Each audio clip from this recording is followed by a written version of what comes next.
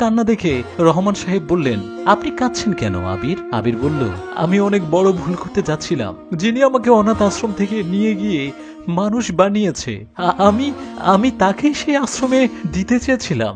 আরে মশাই, আপনি তাহলে সেই আবির, কিন্তু আপনি আপনার মাকে আশ্রমে দিতে চান কেন?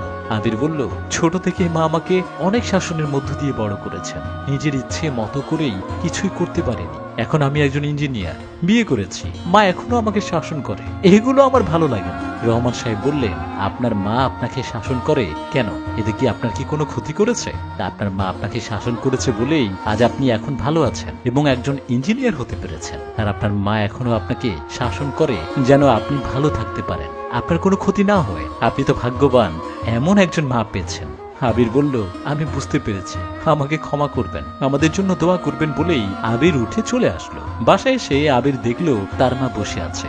আবির মায়ের পায়ের কাছে এসে বসলো। মা, তুমি আমাকে ক্ষমা করে দিও, আজ থেকে তুমি আমাকে সব ব্যাপারে শাসন করবে। সাদিয়াকে দিয়ে বলানোর কোনো দরকার নেই, আমি তোমার ছেলে, তুমি আমাকে সরাসরি আমার ভুল ধরিয়ে দেবে।